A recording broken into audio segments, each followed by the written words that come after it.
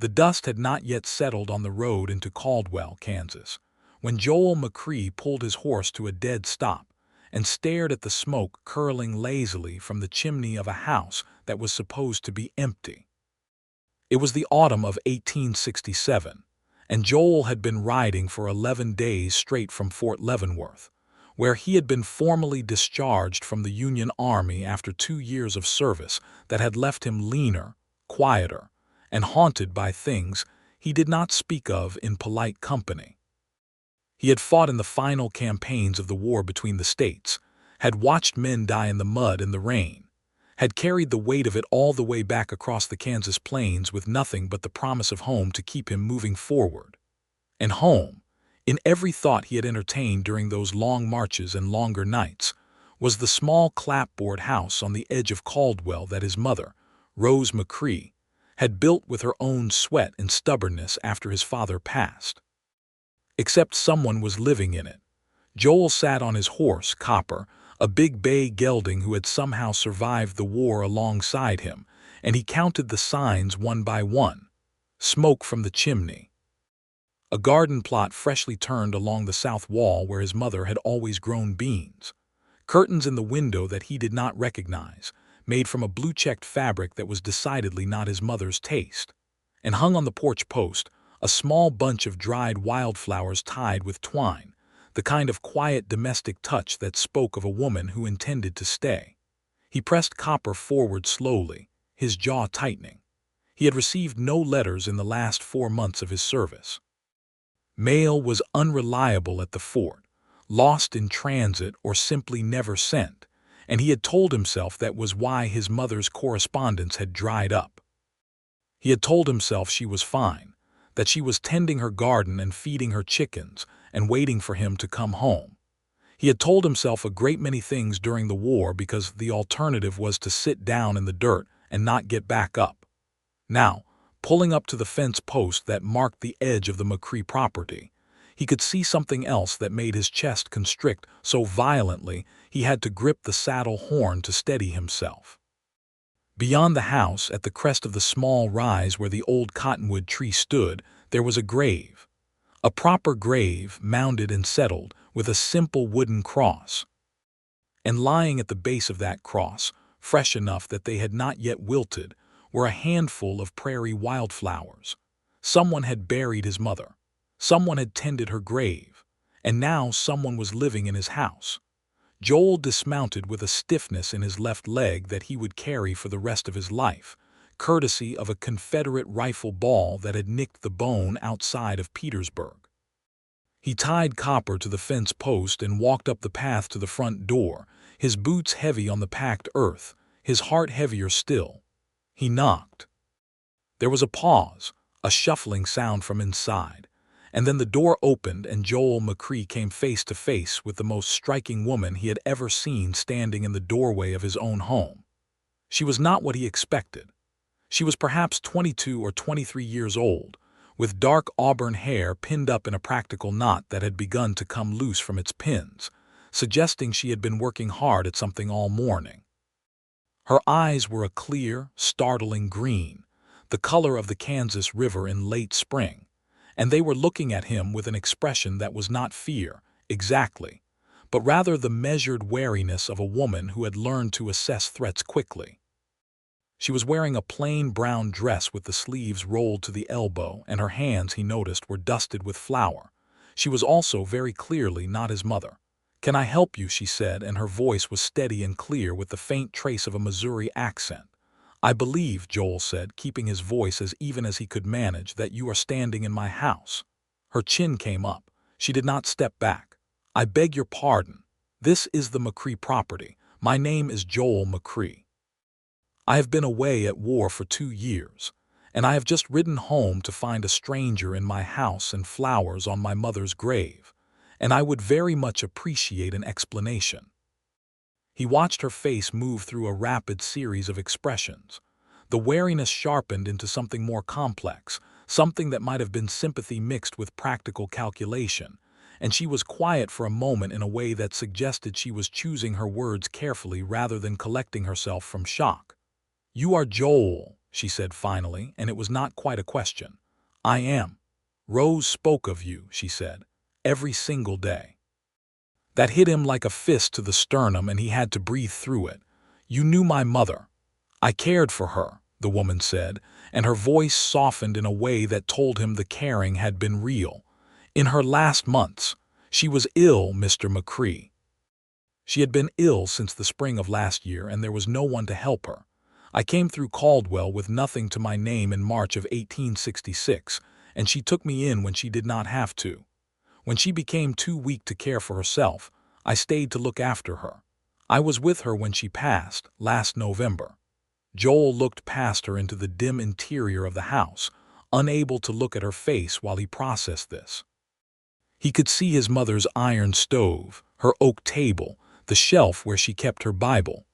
The house smelled of bread baking and something herbal, dried lavender perhaps, hung in bunches from the rafters. His mother had always hung lavender. "Is buried up on the rise," the woman said quietly. "Under the cottonwood. I made sure of it. She asked to be laid beside your father." "My father is not buried there," Joel said, his voice rougher than he intended. "I know. She said he was buried in Missouri where he died. She said she wanted to be as close to him as the land would allow, and that the cottonwood on the rise was the highest point she could see from her bed. So that is where I put her." She paused. "I have kept her grave tended, every week." He looked back at her then, and she met his gaze without flinching. There was a quality to her stillness that he recognized, the stillness of someone who had endured real difficulty and had come out the other side still standing. "I do not even know your name," he said. "Charlotte," she said. "Charlotte Pritchard. Miss Pritchard." He pulled his hat from his head and held it in both hands, turning it slowly. "I am grateful to you for what you did for my mother, genuinely, but I need to understand why you are still here 8 months after she passed." Charlotte Pritchard looked at him with those clear green eyes and did not look away. "Because I had nowhere else to go," she said plainly, "and because your mother asked me to stay." The silence between them stretched out over the sound of the Kansas wind moving through the tall grass. "She asked you to stay," he repeated. "She told me the house would need looking after until you came home. She said she did not know when that would be, or if it would be at all." A slight hesitation. "She was not certain you had survived." Those words landed hard. He had not thought about the fact that his mother had been sitting here in this house not knowing if her son was alive or dead. He had not thought about it because thinking about it would have undone him somewhere on a battlefield, and he had not been able to afford to come undone. But now it settled on him like a stone. "She worried," Charlotte said more gently, "but she also had faith. She said Joel McCrae was too stubborn to die in someone else's war." Despite himself, despite everything, the corner of Joel's mouth moved. It was barely anything, hardly a smile at all, but Charlotte saw it, and something in her expression shifted, became fractionally less guarded. "I have kept the house in order," she said. "The garden, the chickens, the roof needed a new board over the back room, and I managed it with help from Mr. Alvarez at the feed store. I have not taken anything that was not mine, and I have not broken anything that was not already broken.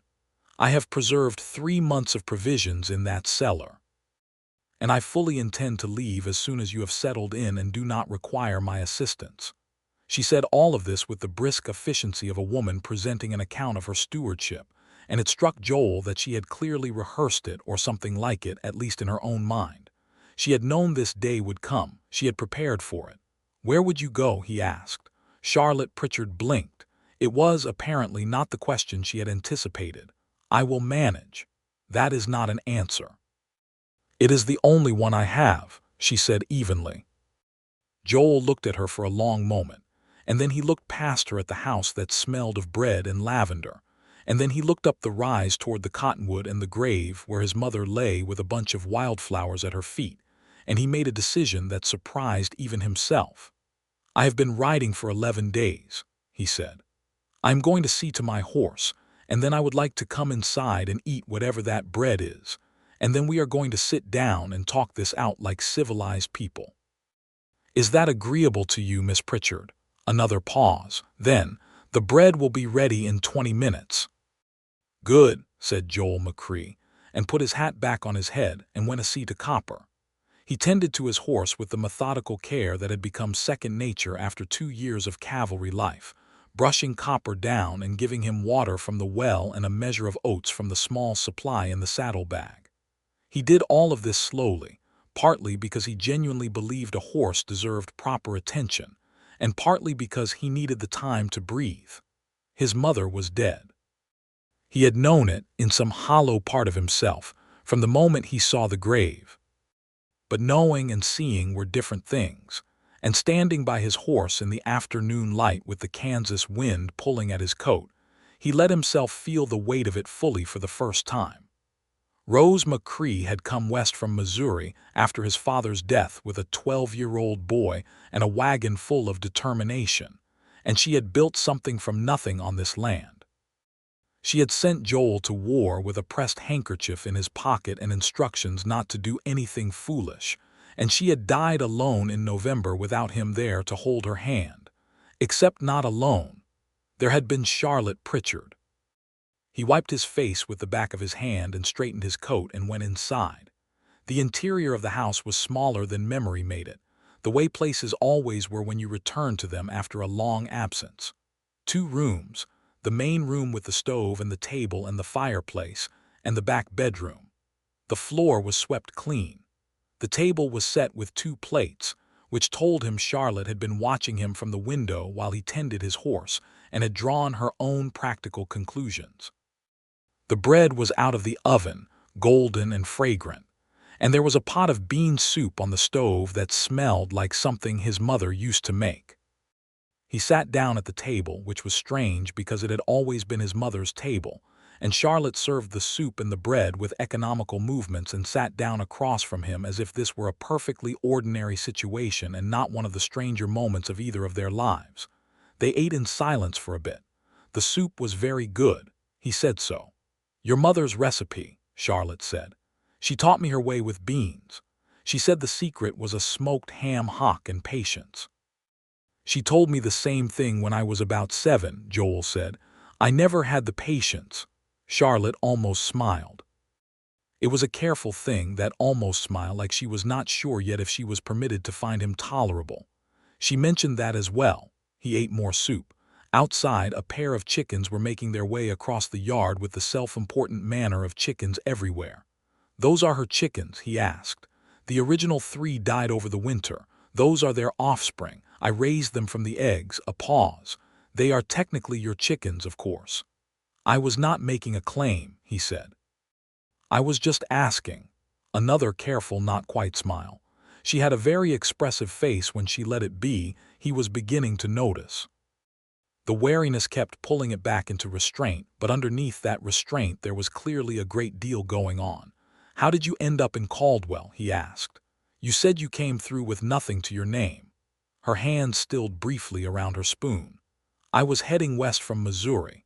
I had been in Sedalia, working as a seamstress for 2 years, saving money. I had a plan to continue on to Colorado, where I had heard there was work." She looked at the table. "The wagon I was riding in with a group of settlers was robbed outside of Caldwell. Not violently, they were not hurt, but everything of value was taken. My savings were in a box under the seat. After that I had nothing but the clothes I was wearing and no means to continue west." "And my mother took you in," Joel said. "I knocked on her door to ask for water. She invited me in for supper and told me I could sleep in the barn for the night. And somehow the night became a week and the week became a month." "She was." Charlotte paused, and for the first time something shifted in her voice that suggested genuine emotion held carefully in check. "She was the kindest person I have ever met. She did not ask anything of me that I could not give. She simply included me in her life as if I had always been there." Joel set down his spoon. He was looking at Charlotte Pritchard and thinking that his mother had always had extraordinary instincts about people, and that if Rose McCrae had taken this woman in without hesitation, that meant something significant. "She never wrote to me about you," he said. "In her letters." "I know. She worried it would distress you to think of her needing help. She was very protective of your peace of mind." Charlotte looked at him directly. "She was also a very stubborn woman." She was the most stubborn woman on the continent, Joel agreed. And this time both of them actually smiled, briefly and at the same moment, and the air in the room shifted slightly into something less formal. After supper, while the light was going golden through the west window, Joel walked up to the cottonwood on the rise alone. He stood at his mother's grave for a long time with his hat in his hands. The cross was simple but well made, with his mother's name carved into it in careful letters, Rose MCCRAE, beloved, and the dates. Someone had taken real care with that carving. The wildflowers at the base of the cross were prairie asters, purple and small, just coming into bloom with the early autumn.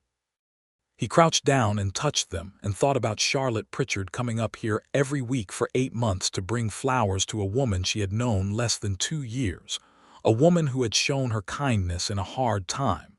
It was a loyalty that ran deeper than obligation. "You always did have good judgment, Mama," he said quietly. He stayed until the light faded and then walked back down to the house. Charlotte had washed the dishes and banked the fire in the stove and was sitting in the chair by the fireplace with a piece of mending in her hands, a practical domestic image that was so completely at home in this room that it took him a moment to remember it was not how things had always been. "I will take the barn tonight," he said from the doorway. "I have slept in worse places." Charlotte looked up from her mending. "There is a cot in the back room.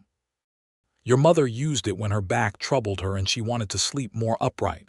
You should have the bedroom." "The barn is fine," he said. "Mr. McCrae," she said firmly, "you have been riding for 11 days. You should sleep in a proper bed. I have slept in that bedroom for the better part of a year, and I am accustomed to the cot." He looked at her for a moment, recognizing an argument he was not going to win. "We should figure out the longer arrangement," he said. "In the morning," she said, and returned to her mending in a way that was clearly final. He slept in his mother's bedroom, in the bed he had built with her when he was 16 years old and had thought himself quite the carpenter. The sheets smelled of fresh air and something clean, well laundered, carefully tended. He lay on his back in the dark and listened to the Kansas night, the distant coyotes, the wind in the grass, the creak of the house settling, and he thought about everything that had happened in one afternoon and how strange it was to be home and not home at the same time. He slept better than he had in 2 years. In the morning he was up before dawn, as the war had made him, and he went outside to see to copper, and then walked the property in the early light to take stock of things. The fence line on the north side needed work. 3 posts were leaning and one section of wire had come loose. The roof of the small shed was sound. The garden had been properly put to bed for the season, the soil turned and left to rest.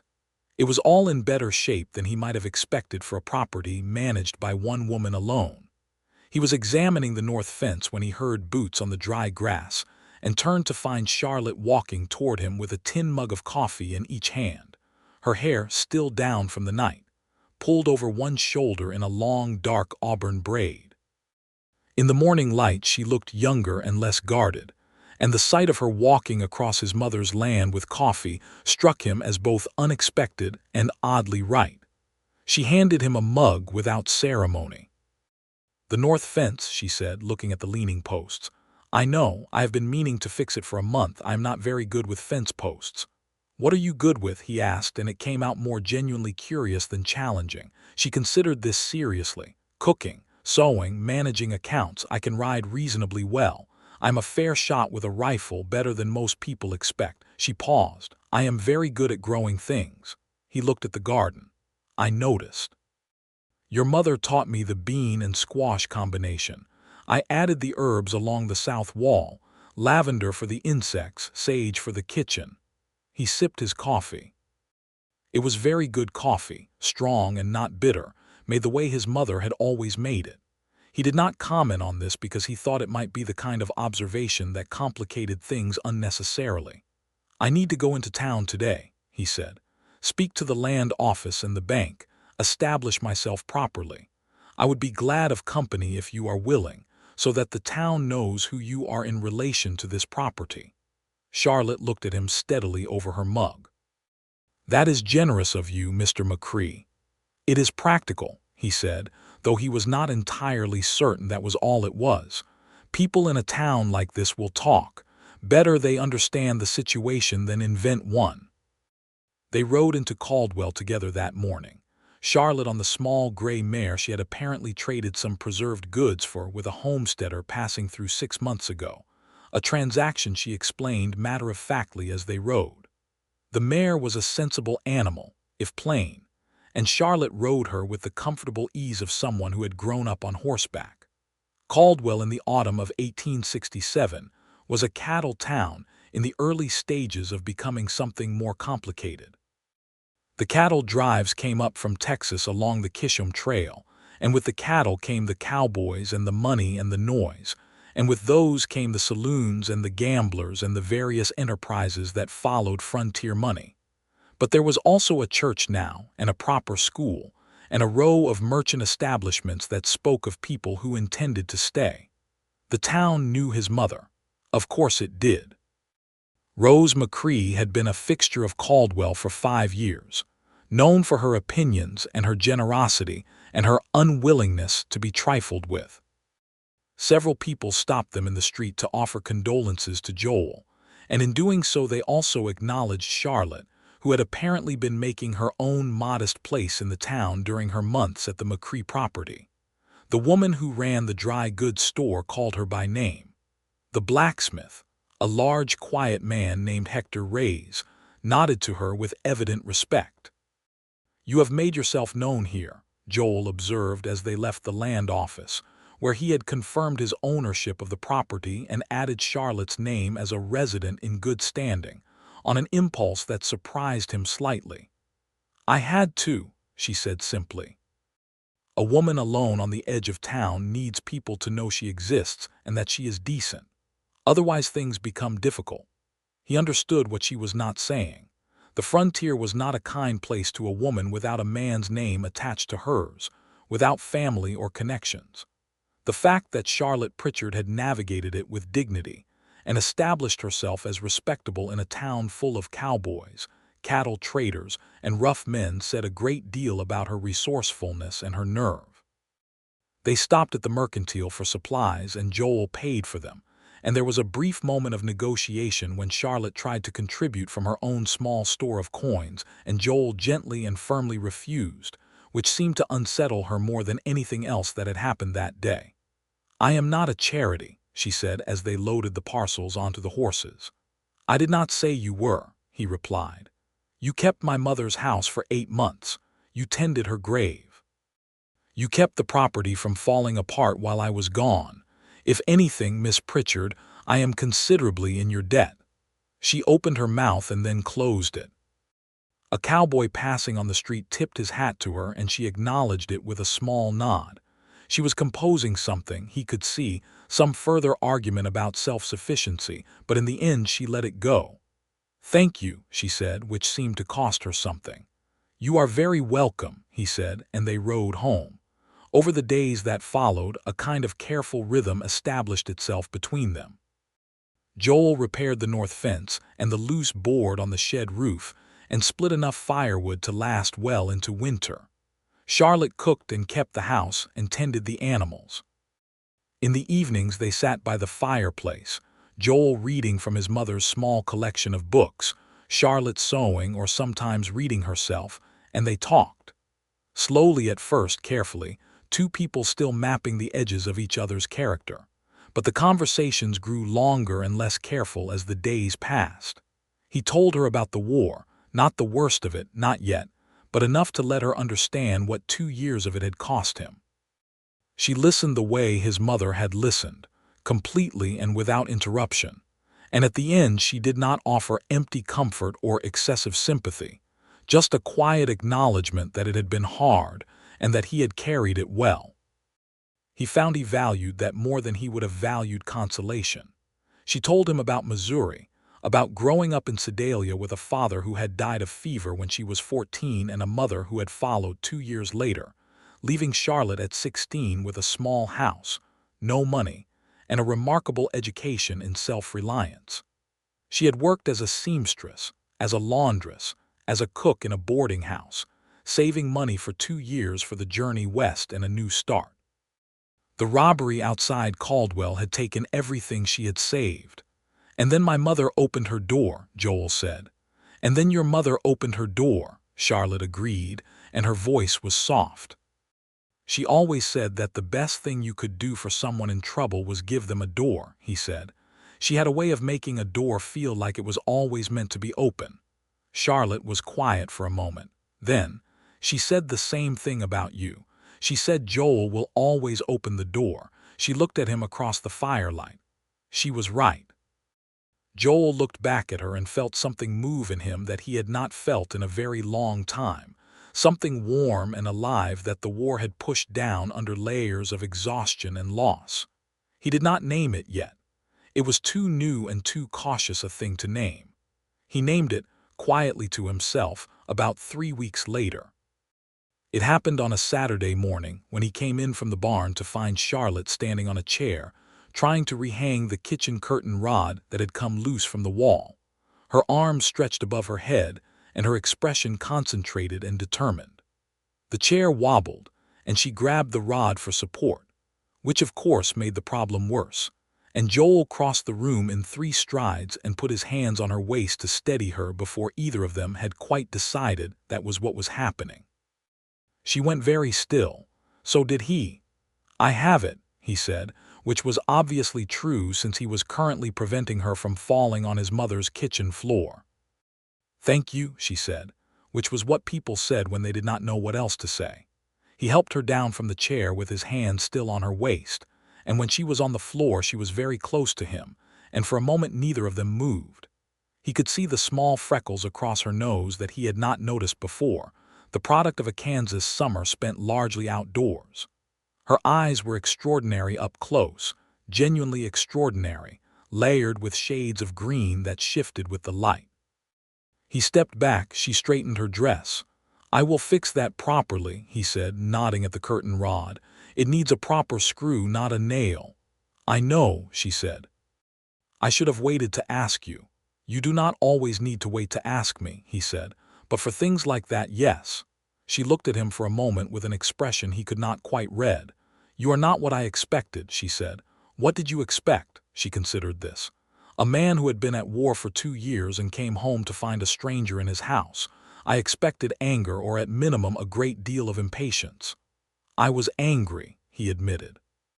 "For about 10 minutes on the road. And then I saw the flowers on my mother's grave," he said, "and it was rather difficult to stay angry after that." The look that crossed her face then was very soft, quickly contained, but he saw it. He went to find a proper screw for the curtain rod and thought about her hands on his mother's grave, placing flowers week after week through a Kansas winter, and he knew quite clearly what the warm, alive thing in his chest was called. He did not say so. It was far too soon to say so. But he knew. The situation in Caldwell began to come to a head in October, and it had to do with a man named Gerald Hatch. Hatch was a land speculator who had been buying up properties around the edges of Caldwell for the past year, sometimes through legitimate transactions, and sometimes through methods that residents discussed in low voices at the mercantile. He was not a violent man himself, but he employed men who were, and he had a way of making life inconvenient for property holders who did not wish to sell. He was also, Joel learned from Hector Ray's at the blacksmith's shop, interested in the McCrae property. "He came by twice while your mother was ill," Hector told him, straightening a horseshoe on the anvil with practice strokes. The first time Charlotte met him at the door and told him the property was not for sale and that he should direct any further inquiries to the land office. The second time he tried to suggest that a woman living alone on unclaimed land had a tenuous legal position. She told him the land was claimed and that she would be happy to show him the title, and he left. Hector paused, something like approval in his dark eyes. "She is not a woman who frightens easily." "No," Joel agreed. "She is not."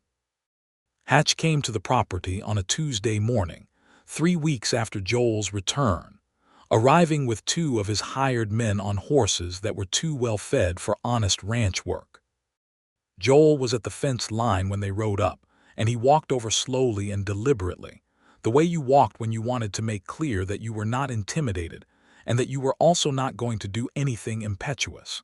Hatch was a soft-faced man in his 40s with expensive clothes and the careful smile of someone who had learned that pleasantness was a more efficient tool than threats in most situations. "Mr. McCrae," he said, offering his hand. "I am Gerald Hatch. I have been a neighbor of your mother's property for some time. Welcome home from the war." Joel shook the hand briefly. "What can I do for you, Mr. Hatch?" "I wanted to offer you my condolences regarding your mother and also to make you aware of an opportunity," Hatch said smoothly. "I have been interested in this parcel for some time. I understand you have been away and may be uncertain about your plans. I would like to offer you a fair price for the land, which would give you a good start in whatever direction you choose to go." "I am not interested in selling," Joel said. Hatch's smile did not waver. Of course. I understand sentiment. This was your mother's home. But consider, Mr. McCrae, you are a young man who has just returned from a difficult war. Starting fresh somewhere new, with capital in hand, might be more appealing than trying to make a go of farming a small parcel that has barely produced during your absence. "The parcel has produced just fine," Joel said, "and I am not going anywhere." One of Hatch's hired men, a broad fellow with the flat eyes of someone who did uninstructive things for money, shifted in his saddle. Joel noticed it and let them know he noticed it by looking directly at the man without expression, which communicated certain things efficiently. "Well," Hatch said, "I hope you will keep an open mind." A man with responsibilities, he glanced toward the house, which meant he was referencing Charlotte, might find that financial security is worth more consideration than it seems at first. "Good day, Mr. Hatch," Joel said. Hatch tipped his hat and rode away, and the flat-eyed hired man followed without incident, which Joel counted as a success. He stood at the fence line a moment longer, watching them go, and then walked back to the house where Charlotte was standing in the doorway with her arms folded and her expression entirely composed. "I heard," she said. "It is nothing to be concerned about." "He will come back," she said. "He did with your mother. He is persistent." "So am I," Joel said, and went inside for coffee. He went to see Sheriff Tom Calloway that afternoon, a weathered man of 50 who had been keeping partial order in Caldwell since it was little more than a trail crossing. Calloway knew about Hatch and was candid about the limits of his authority. "I cannot do anything unless he does something actionable," the sheriff said. "But you file that deed at the county seat, McCrae, and you make sure everything is in order. That is the best protection you have got." Joel filed the deed at the county seat in Wichita the following week, spending 3 days away from the property. He rode back to find Charlotte had repainted the front gate while he was gone, a practical blue-gray that set off the wood nicely, and had also acquired from somewhere a young border collie puppy of indeterminate parentage who was currently investigating the chickens with excessive enthusiasm. "His name is Scout," Charlotte said, entirely unapologetically. "You named my dog," Joel said. "I did not know if you wanted him," Charlotte admitted. "Mrs. Garrett at the church had a litter and no homes for 2 of them. I thought he might be useful for the property." Joel looked at the puppy, who had apparently decided he could not catch the chickens and had redirected his energy toward chewing on one of Joel's fence posts. "He is going to eat everything he can reach. He will grow out of it," Charlotte said confidently. He did not grow out of it for quite some time, but he was an excellent dog in every other respect and very quickly became devoted to both of them, a development that Charlotte maintained was coincidental and Joel found quietly telling. The evenings had become the part of the day Joel thought about during the rest of it. He did not examine this too closely. He simply noticed that the firelight hours, when the work was done, and the house was quiet and Charlotte sat across from him being entirely herself, were the hours that felt most fully like being alive. She had a way of saying exactly what she thought without being unkind about it, a quality he valued enormously after years of army life, where people were either brutally blunt or excessively diplomatic, rarely managing the honest middle ground she inhabited with such natural ease. She was also, he was learning, funnier than she let on in company. When she trusted the situation, she allowed herself a dry humor that could catch him completely off guard, and he found himself laughing in a way he had not laughed in 2 years, genuine and uncomplicated. One evening in late October, when the first frost had come and the fire was burning properly and Scout was asleep with his nose on Charlotte's foot, Joel looked up from his book and said, without having entirely planned to, "Charlotte." She looked up from her sewing. "Yes." He set the book down. He had been thinking about how to do this properly, and in the end he decided that proper was not really the right approach, that what was called for was honest. "I would like you to stay," he said. She was quiet for a moment. Scout's ear twitched in his sleep. "I have been staying," she said carefully. "I mean stay, permanently, as my wife if you would consider it." He met her eyes and kept his voice steady, though he was aware of his own heartbeat in a way that reminded him of certain moments before a charge. "I know this is sudden. I know we have known each other only a few weeks, but I also know that this house has not felt like a home in a very long time, and since you have been in it, it does. I know that my mother trusted you completely, and her judgment was worth more than most people's certainty. And I know," he paused, "that I have not once in these weeks wished you elsewhere, which is more than I can say for most people I have spent time with." Charlotte set down her sewing very carefully on the arm of the chair. She looked at him with an expression he could not fully interpret, layered and complex. "Joel," she said, and it was the first time she had used his given name, "I am not a woman who makes decisions from desperation. I want to be very clear about that. If I say yes, it will not be because I have no other options." "I know that," he said. "I would not want you to. That is rather the point." "What is the point?" "The point is that I am asking because I want to ask," he said. "Because you are the most remarkable person I have met in a very long time, and because I think we could build something here that is worth building, together." The fire crackled between them. Outside, the Kansas wind moved through the dry grass with the sound of the season turning. Charlotte Pritchard looked at Joel McCrae across the firelight for a long moment, and he saw her make up her mind. He could see the moment it happened, the slight change in her expression, something opening rather than closing. "Yes," she said, "I will marry you, Joel McCrae." He let out a breath he had apparently been holding for quite some time. Scout stirred and looked up at them both with the concerned expression of a dog who sensed a significant moment and was uncertain of his role in it. "All right," Joel said, and smiled. "Good." Charlotte laughed, briefly and brightly, and the sound of it in his mother's house was the most welcome thing he had heard since he crossed back into Kansas. They were married in November. 4 weeks later, in the small church on the edge of Caldwell's Main Street, officiated by Pastor Henry Graves, a serious man who nonetheless had a warm quality to his ceremony that made the occasion feel both proper and genuine. The town turned out in numbers that surprised Joel, because he had been gone 2 years and thought himself largely forgotten, but Rose McCrae had been beloved, and her son was therefore someone the town claimed with the proprietary affection that frontier communities developed for the people connected to their own history. Hector Ray stood up with Joel as his witness, a post he accepted with quiet dignity. Clara Garrett, the woman who had supplied Scout, stood with Charlotte, and the two women had apparently formed a genuine friendship over the preceding weeks that Joel had not been fully tracking. Charlotte wore a dress she had made herself, an ivory cotton trimmed with blue ribbon, and she had arranged her dark auburn hair with particular care. And when Joel saw her walking up the aisle of that small church toward him, he felt something completely clarify in his chest, like a focus coming into sharp relief after a long blurred stretch.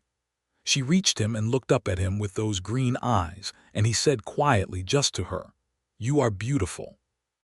She colored slightly, which he found entirely endearing, and said, "Don't be ridiculous," which he found even more so. Pastor Graves married them with appropriate solemnity and genuine warmth, and when it was done and Joel kissed his wife for the first time in front of approximately 40 people who cheered and stamped their boots on the church floor, he thought that his mother would have been insufferably pleased with herself. After the ceremony, there was a gathering at the Garrett house, which was larger than the McCrae property and more suitable for a crowd. There was music from a fiddle played by a Mexican vaquero named Luis Sandoval, who had come up from Texas with the last cattle drive and decided he preferred Caldwell's winters to going home. And there was food that half the town's women had contributed to, and there was dancing that went on until the moon was high. Joel was not a man who danced without prompting, but Charlotte took him by the hand and led him onto the cleared floor with an air of expecting him to manage it. And he managed it.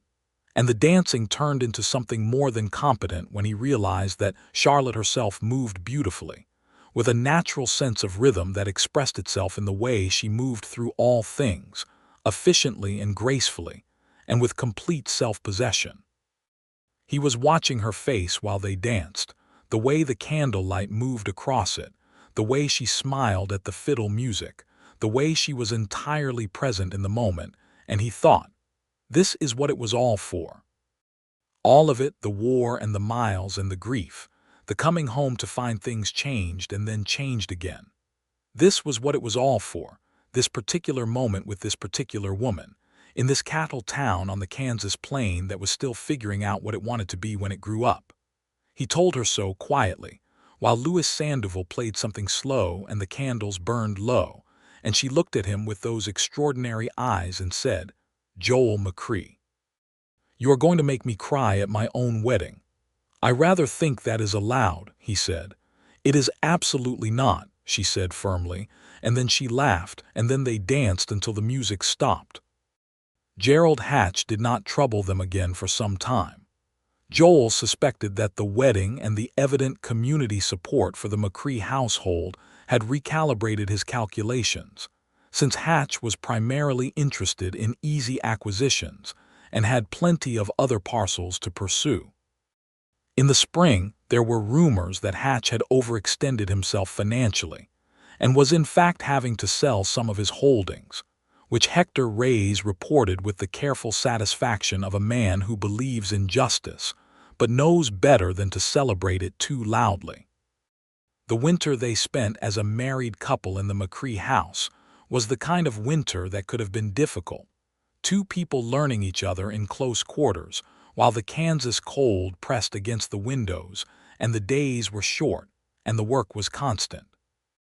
Instead, it was the happiest winter Joel McCrae had spent since he was a child, and he knew Charlotte felt the same, because she was not a woman who was good at pretending contentment she did not feel, and her contentment that winter was unmistakably genuine.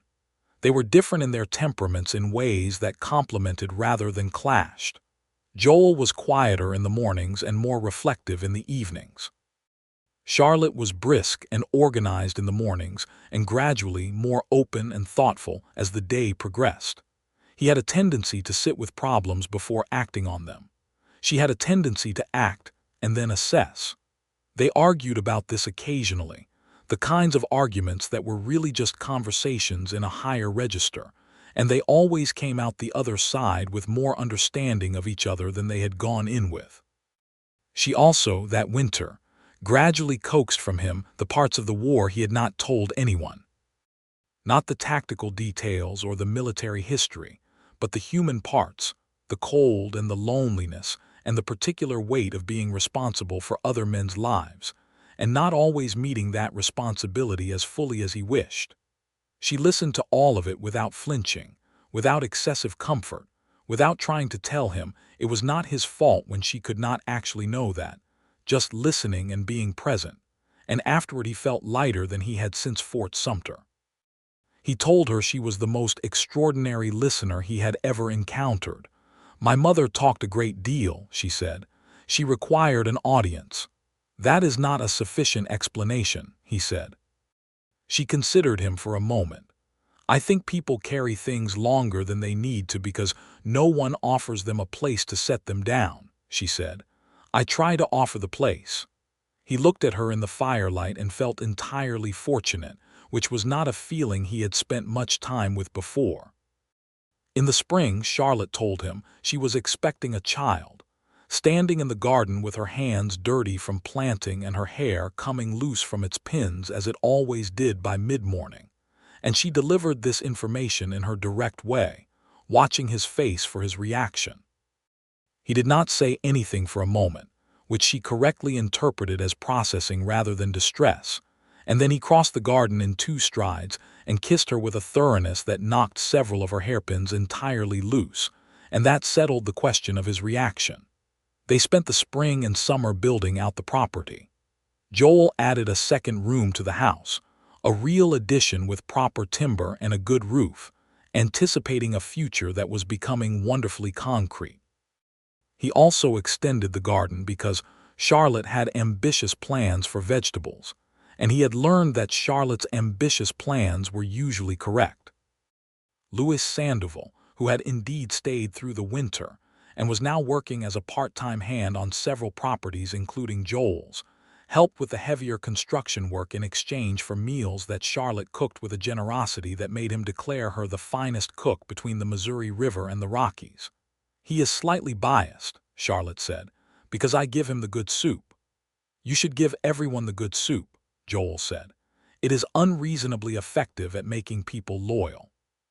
She laughed. "It was your mother's recipe. Then my mother built loyalty through soup as well, which explains a great deal about her social influence in this town." Charlotte looked at him with the warm directness that she had gradually stopped restraining around him. "You miss her all the time," she said. "It was not a question." "Every day," he said, "but less like a wound now, more like a presence." She took his hand briefly, squeezed it, and let go. That was her way, the precise amount of comfort that was needed and nothing excessive, and he had come to rely on it the way you relied on a well-built fence, not thinking about it until you needed it, and then finding it exactly where it should be. The baby came in October, 13 months after Joel had ridden home from the war and found Charlotte Pritchard in his doorway with flour on her hands. It was a boy, born on a Thursday morning with the particular stubbornness of a child who takes his time and then arrives all at once, and he was healthy and loud, and had, from the very first moment, a concentrated expression of serious inquiry that made both of his parents laugh, with a kind of giddy astonishment that was entirely new to both of them. Clara Garrett had come to help with the birth, steady and experienced, and the doctor from Wichita had fortunately been in Caldwell for the week on other business, and had been recruited as well. It all went as well as these things could go in 1868 on the Kansas frontier, which meant difficult enough and ultimately fine. And when it was over and Charlotte was resting and Joel was sitting beside her with the baby in his arms, he thought he had never in his life been more completely aware of the weight and importance of a moment. "He looks like you," Charlotte said, half asleep. "He has your stubbornness," Joel said. "He took his time about coming and then did exactly as he pleased." Charlotte smiled without opening her eyes. What shall we call him? They had discussed names for months without entirely settling it. Joel had resisted the obvious choice because he was not a sentimental man or told himself so, but holding the baby in the October afternoon light with Charlotte's hand warm in his, he said, "Thomas, I think, for my grandfather, and Rose as a middle name if that can be done." Charlotte opened her eyes then and looked at him. "Thomas Rose McCrae," she said. "Yes, I think that is exactly right." Scout, who had been anxiously circling the outside of the bedroom door for the past several hours, was allowed in and introduced to the baby with suitable precautions. He regarded the small human with enormous interest and then sat very carefully beside the bed and put his chin on the edge of the mattress, as if taking up a self-assigned guard post, and did not move from it for the rest of the afternoon. Thomas McCrae turned out to be a child of considerable personality. He was cheerful and determined in about equal measure, with a laugh that arrived very early and was deployed frequently, and a stubborn streak that Joel privately attributed to Charlotte and Charlotte privately attributed to Joel, which was probably some accurate ratio of both. He grew in the way that babies grow, with the particular concentrated speed that always surprises even the people watching it happen, and by the time he was pulling himself to standing against the furniture, the house on the McCrae property felt full in the best possible way. Joel had been thinking about expanding the farm operation, moving beyond the garden and the few chickens towards something more substantial. The cattle drives through Caldwell were transforming the town's economy, and he had been watching and considering the land to the north of his property, which had been vacant since its previous owner had given up on Kansas and gone back east. He spoke with Charlotte about it over several evenings, laying out the financial realities and the risks, the way she had always insisted he do, because she had a very good head for numbers and the kind of practical financial intelligence that came from years of managing resources carefully. They agreed on a measured expansion, a small cattle operation, manageable to start, with the goal of building it slowly over several years rather than overreaching and losing everything.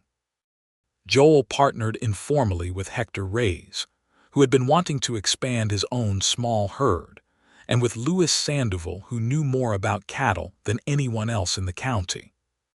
They formed an arrangement that was more about mutual trust than formal contract, the frontier equivalent of a business partnership, and it worked because all three of them were practical men who valued their word.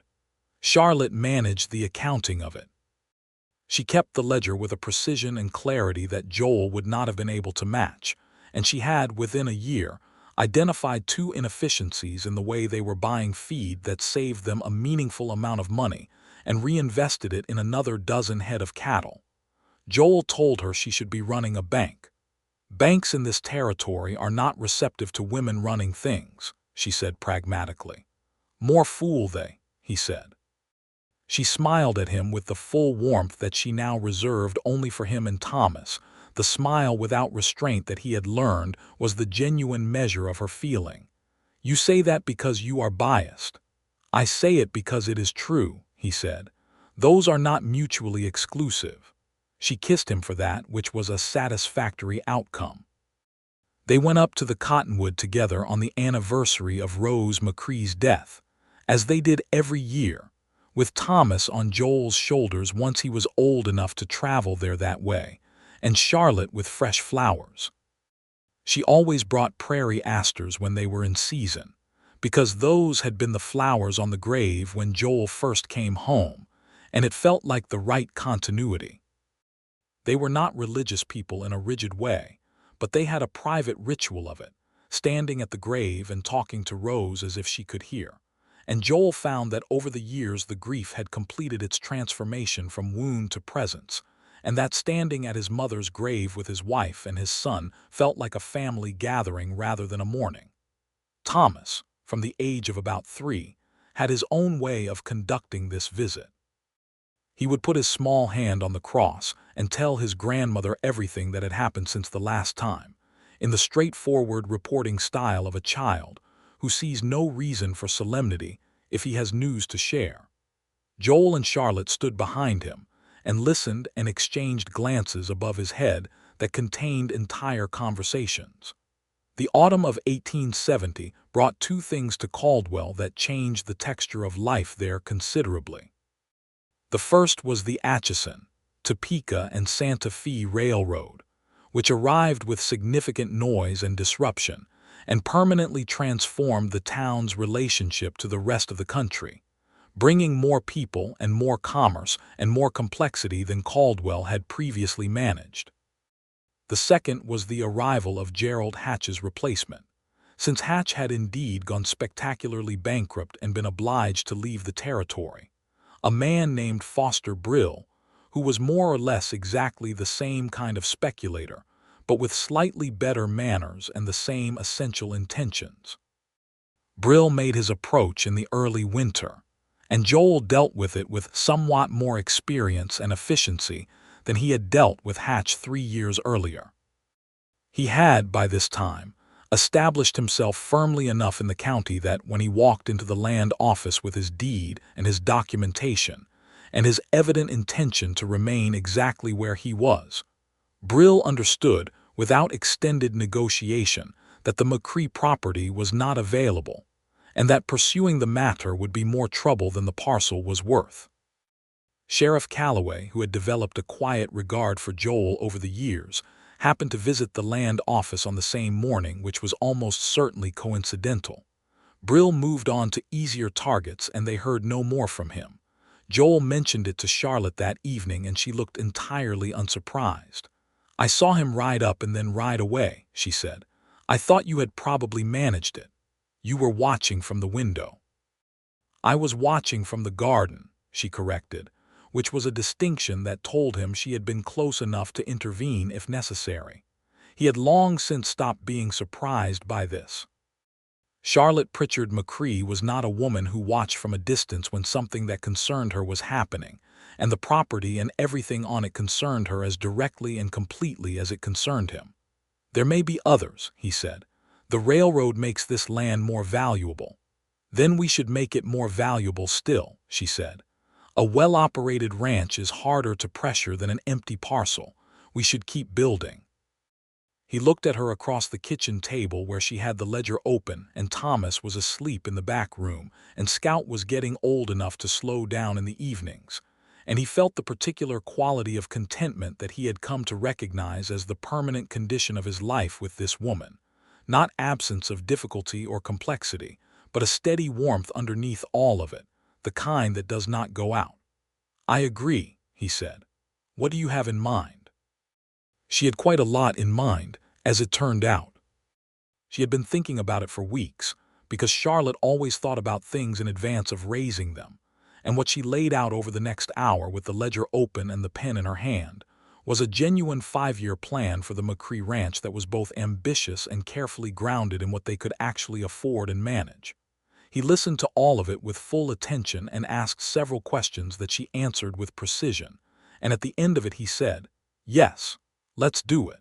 She looked at him. "Just yes. It is a good plan," he said. "It is an excellent plan. I trust your judgment on this as I trust it on everything." She was quiet for a moment in the way that told him something had landed more deeply than she intended to show. Then she said, "You know, when I knocked on your mother's door in March of 1866, I had nothing and I was going nowhere, and I could not have imagined a single specific thing that might come of it. And now—" She looked around the kitchen, at the house that had become entirely hers as much as it was his, at the ledger full of plans for the future, at the doorway to the room where their son was sleeping. "Now I cannot imagine anything else," she said, and her voice was entirely simple and entirely true. Joel reached across the table and took her hand, which was no longer dusted with flour at the moment, but which he associated with that flour-dusted image from the first afternoon, the woman in his doorway looking at him with that level green gaze, wholly unknown and entirely herself. He thought that the distance between that moment and this one was the whole shape of his adult life. "I love you," he said. He had said it many times in the 3 years of their marriage, because he was not a man who believed in leaving important things unsaid once he knew them to be true, but he said it again now because it bore saying. "I love you," she said, with the same directness she brought to everything, and squeezed his hand. The 5-year plan unfolded more or less as Charlotte had projected it, with the minor adjustments that reality always requires. The ranch grew steadily, adding cattle and acreage in manageable increments, and by 1873 they were known in the county as a reliable operation with excellent management and animals in good condition. Louis Sandoval had become a full partner in the operation by then, having saved enough from his wages to buy in, and Hector Reyes remained a close partner whose blacksmithing expertise was invaluable to the ranch's functioning.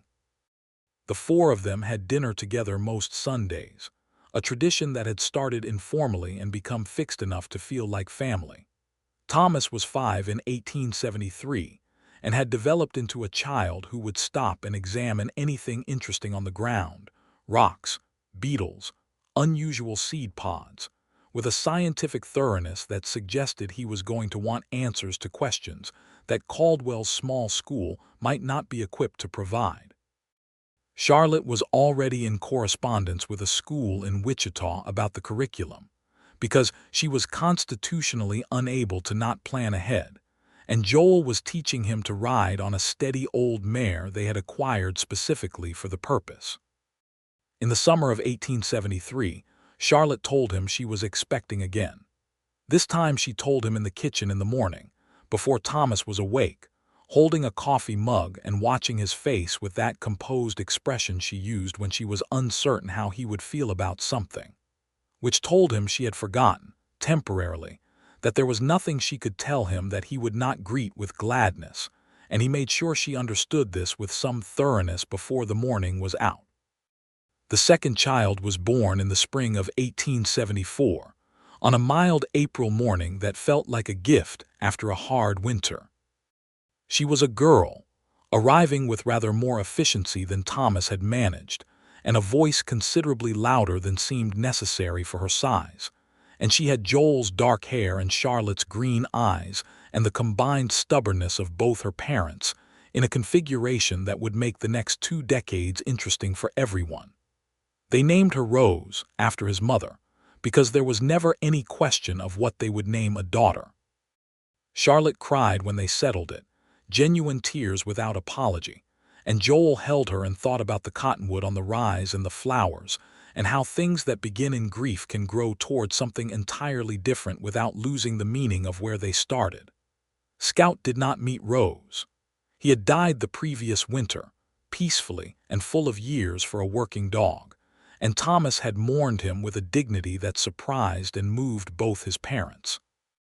They had buried Scout under the cottonwood, near the grave of Joel McCrae, because it seemed appropriate that the dog who had guarded the house should rest near the woman who had made the house worth guarding. When Joel told Thomas that his sister would share a name with their grandmother, Thomas considered this for a moment and then said, with the solemn practicality of a 5-year-old who has thought things through, "So Grandma Rose has someone named after her, and Scout is up there with her, and now baby Rose is here. That seems like it works out." Joel looked at his son and felt the particular feeling of parenthood that had no adequate name. "Yes," he said, "I think it does."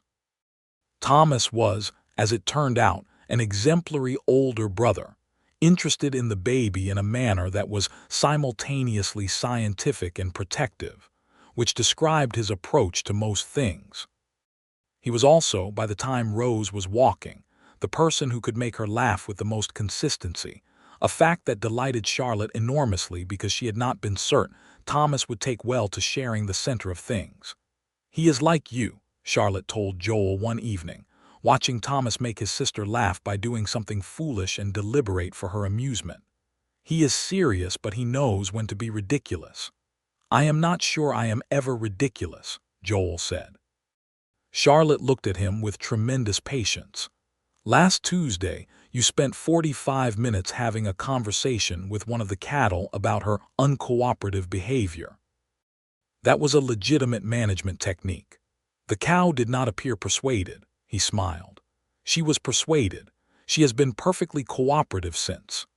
Charlotte laughed and leaned into him, and he put his arm around her shoulders, and they watched their children in the evening light together, the Kansas plain stretching out beyond the fence line into the wide amber distance, the cottonwood on the rise dark against the sky, the house behind them solid and warm and full. Caldwell continued to grow and change through the 1870s. The cattle trade brought money and trouble in roughly equal measure, and the town had gone through several cycles of wildness and attempted order that were the standard pattern of every Kansas cattle town along the Kishom Trail. Joel stayed clear of the worst of it, as a man with a ranch and a family and no particular appetite for saloon culture naturally did, but he was involved in the civic life of the town in the ways that mattered: the school board, the volunteer fire brigade that was organized in 1875, the occasional mediation between ranchers that someone experienced and neutral was required for. Charlotte had become something of an institution herself in Caldwell, not in a showy way but in the organic way of someone who is genuinely useful to the people around her. She taught reading and arithmetic to several families whose children could not make the journey to the school in town, holding informal lessons at the ranch house on Wednesday afternoons. She had also become the person other women in the area consulted when they had accounting problems with their household finances, because she had a gift for making numbers make sense and no patience for allowing people to be cheated. She was also still placing flowers on Rose McCrae's grave every week, without exception, winter or summer, rain or shine. Joel had gone with her many times and sometimes gone alone, and sometimes Thomas went by himself when he was old enough, taking flowers from the garden with a serious sense of purpose.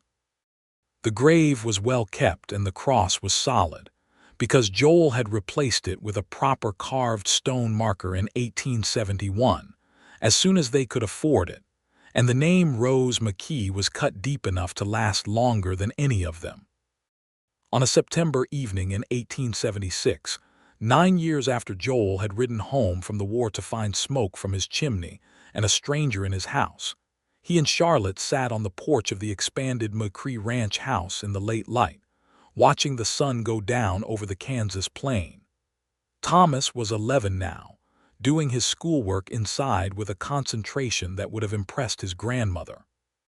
Rose was 2.5 and had recently been put to bed after deploying every known delay tactic available to a 2-year-old, a campaign she had conducted with remarkable strategic sophistication before ultimately succumbing to sleep. The evening was warm for September, still and golden, with the smell of the turned earth from the south garden and the far-off sound of the cattle settling for the night. Joel had his coffee and Charlotte had hers, and they sat in the comfortable quiet that was the particular gift of people who know each other very well and do not require conversation to be present together. After a while Joel said, "Do you ever think about Colorado?" Charlotte looked at him, surprised. "Colorado? You were heading there," he said, "when your wagon was robbed. That was your plan, to go west to Colorado and start fresh." She was quiet for a moment, looking out at the plain. "Sometimes," she said honestly. "Not often, not with any longing, but yes, sometimes I think about it. I think about who I was when I was walking along the side of the road outside of Caldwell with nothing to my name, and I wonder what would have happened if I had kept going, found another way to get there." "And," he said. She looked at him with those green eyes that the years had not changed, still clear and direct and seeing everything. "And then I stopped wondering," she said, "because I know exactly what I would have missed, and it is everything that matters to me." He reached over and took her hand on the arm of the chair, and she turned hers to hold his, easy and familiar, the grip of two people who have held hands through difficulty and joy and ordinary Tuesday evenings for 9 years. "I rode home from that war," he said, "expecting an empty house, expecting to start from the beginning entirely alone. And instead I found you standing in my doorway looking at me like you were going to have to defend my own kitchen from me." Charlotte laughed softly. "I was considering my options, and you decided I was not worth defending against. I decided you looked too tired to be a genuine threat," she said. "That is not flattering." "It worked out for both of us," she said, and the smile she gave him was the whole-hearted one, the one without restraint. He raised her hand and pressed it to his lips, and she leaned her head against his shoulder, and they sat together as the Kansas sky went from gold to orange to deep rose to the first deep blue of evening, the stars coming out one by one over the plain. Inside, Thomas had finished his schoolwork and was now apparently reading to himself, because they could hear the particular quality of silence that a child reading has, absorbed and self-contained. In the back room, Rose slept with the total commitment of a small child who has exhausted herself thoroughly. The ranch was in good order, the cattle were healthy, the ledger was balanced, the grave on the rise was tended, the house was warm. Joel McCrae, who had ridden home from a war expecting nothing, sat on his porch with his wife's hand in his and felt the full weight of everything he had instead and found it was the most right and solid feeling he had ever known. "Joel," Charlotte said after a while. "Yes, "I think we should get a new dog," she said. "Thomas has been asking for 2 months and I have been putting him off, but I think he is right. The property needs a dog." He considered this. A working dog this time, something with better instincts for cattle. "Something that will not try to eat the fence post," she agreed. "Scout ate the fence post for approximately 8 weeks, Joel said. After that he was excellent. The fence posts did not recover. I replaced them." He paused. "There is a man outside Wichita who breeds cattle dogs. Hector mentioned him." "Good," Charlotte said with the air of a woman whose plan had just received the necessary confirmation. "We can go next week. Thomas will be beside himself." "Yes," she said happily. "He will." They sat a little longer in the fading light, and the evening star came out bright and close over the western horizon, and the Kansas plain went on, and on as it always did, vast and indifferent and beautiful, full of everything that a life could be if you were willing to stay and work for it, and let yourself be surprised by what arrived at your door.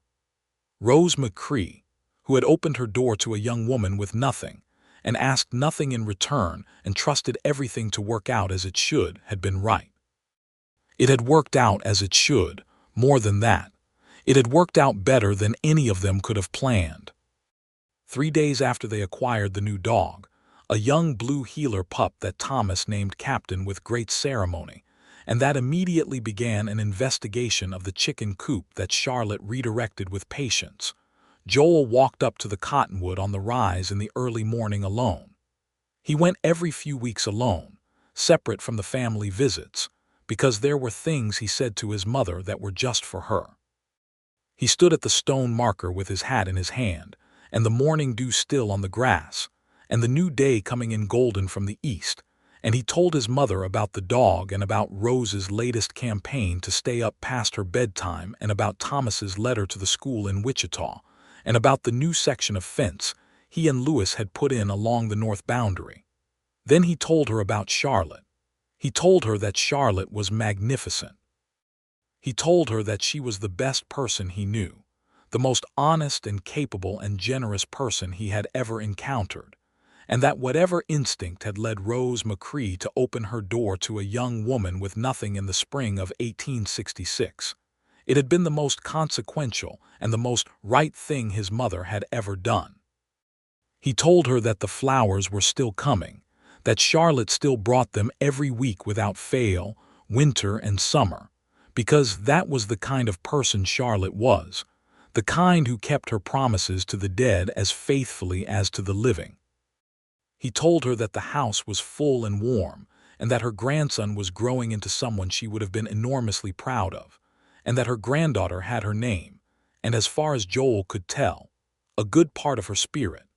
He thanked her for the house and the land and the example she had set, and for the patience she had shown in sitting with a grave's worth of uncertainty about whether her son was coming home, and for having the generosity to make room for Charlotte when Charlotte needed a door. He put his hat back on and stood a moment longer in the morning light, the old cottonwood above him moving slightly in the early breeze, and he felt his mother in it the way he always did, not grief, not loss, but presence. The good steady feeling of someone who loved you still being somehow in the world.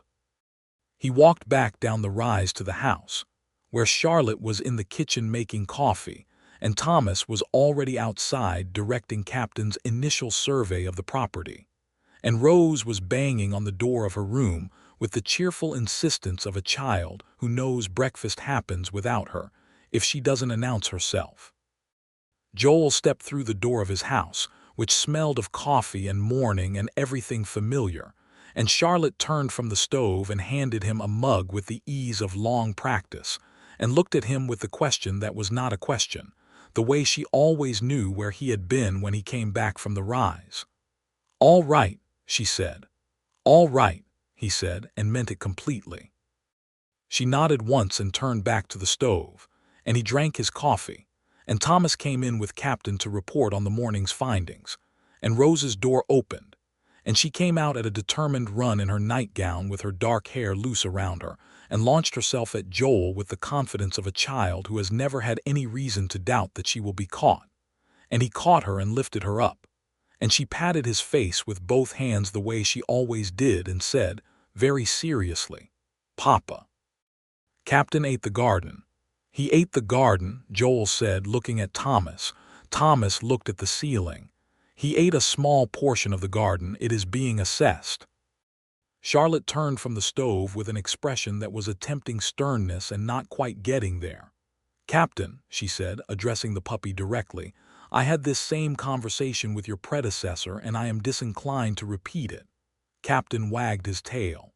"He understands," Thomas said hopefully. "Scout also appeared to understand," Charlotte said, "right up until the fence posts."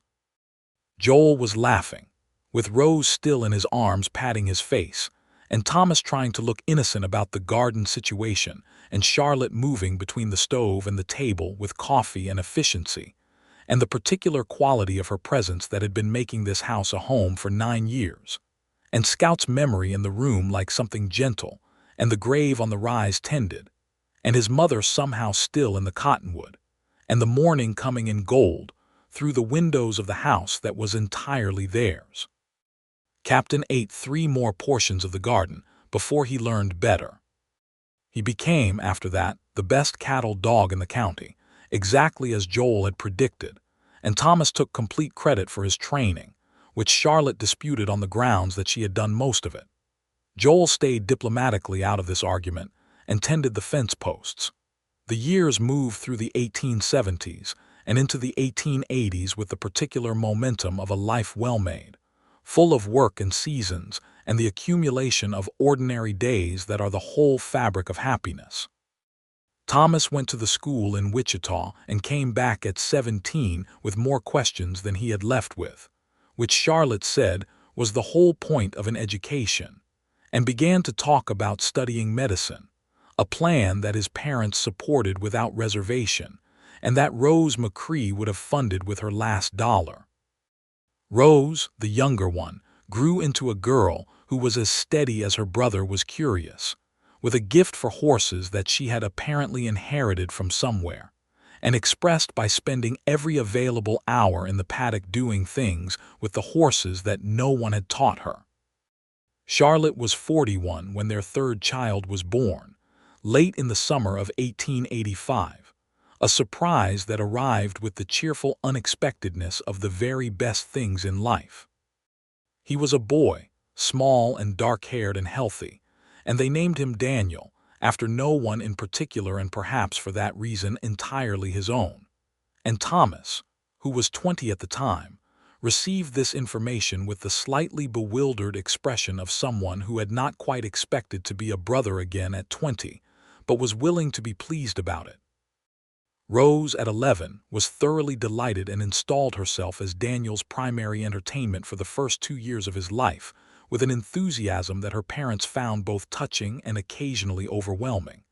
Joel was 44 that summer, and Charlotte put her hand on his face on the morning after Daniel was born and looked at him with those green eyes and said, "I'm very glad you came home." "So am I," he said, "every single day." She smiled. "I know," she said. "So am I." The McCrae Ranch stood on the Kansas plain for years beyond that, growing in the careful way that Charlotte had always planned it, solid and well-managed and belonging to people who intended to stay. The cottonwood on the rise grew taller every year, and the grave beneath it was never without flowers, because that was the kind of people the McCraes were, people who kept faith with those who had gone before. Joel lived long enough to see Thomas become a doctor and work in Wichita, long enough to see Rose marry a rancher from the next county over who loved her horses and her honesty equally, long enough to see Daniel grow into a young man who had his mother's green eyes and his father's quietness, and the particular stubbornness that ran through the McCrae blood like a good seam of mineral in strong ground.